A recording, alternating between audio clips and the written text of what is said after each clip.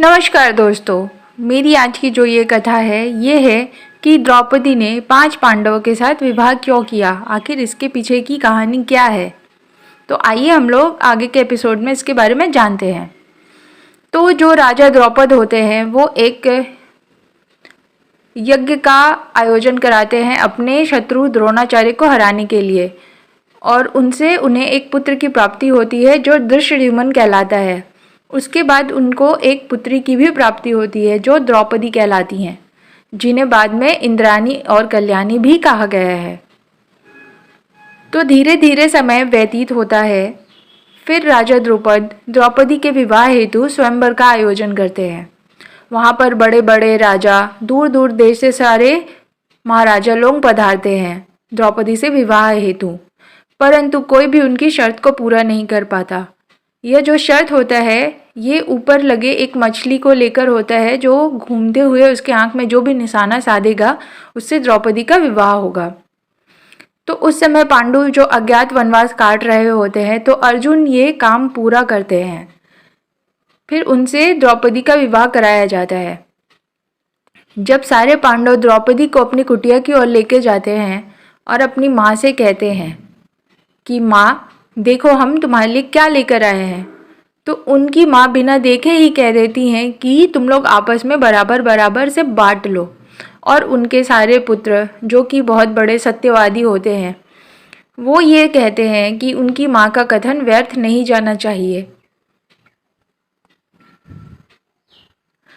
फिर सब लोग सोचते हैं कि इस परिस्थिति में क्या किया जाए। तो उनकी माँ महाराज युधिष्ठिर से कहती हैं कि युधिष्ठिर तुम ही अब इस चिंता का कोई निवारण करो। इधर जो राजा द्रौपद होते हैं वो भी बहुत परेशान होते हैं इस समस्या को लेकर। तभी वहाँ पर ऋषि आते हैं और वो बताते हैं कि द्रौपदी को जो ये 5 वर का मिला है, जो ये समस्या आ गई है, ये उनके पिछले जन्म के मिले हुए वरदान के कारण है। पिछले जन्म में उन्होंने शंकर भगवान से ये वरदान लिया था कि उन्हें 5 वर प्राप्त हों, और भोलेनाथ जी ने उन्हें ये वरदान दिया था। इसी कारण उन्हें 5 पांडवों से विवाह करना होगा। यह सुनकर राजा द्रौपद जो होते हैं वो बोलते हैं कि ठीक है। तब वो जाकर इस बात को मान जाते हैं। इस तरह से एक एक कर एक एक पांडु के साथ द्रौपदी का विवाह होता है। सबसे पहले महाराज युधिष्ठिर के साथ उनका विवाह होता है। फिर वो उस रात महाराज युधिष्ठिर के साथ कक्ष में समय व्यतीत करती हैं।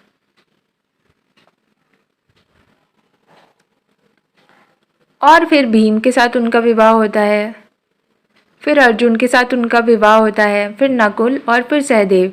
तो ऐसे करके एक एक के साथ उनका विवाह हो जाता है। तो अब आप सोच रहे होंगे कि कैसे वो हर एक पांडव के साथ अपने पत्नी धर्म को निभाती होंगी।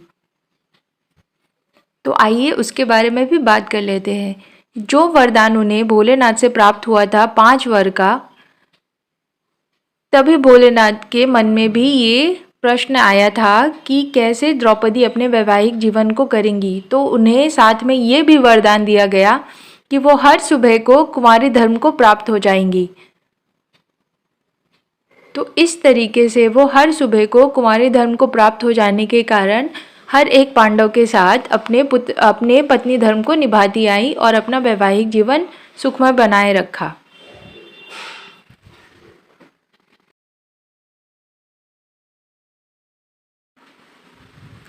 जब बात आती है संतान प्राप्ति हेतु, तब जो श्री कृष्ण होते हैं वो पांडव को बोलते हैं कि एक पांडव 1 वर्ष तक के अंतराल में द्रौपदी के साथ समय व्यतीत करेगा।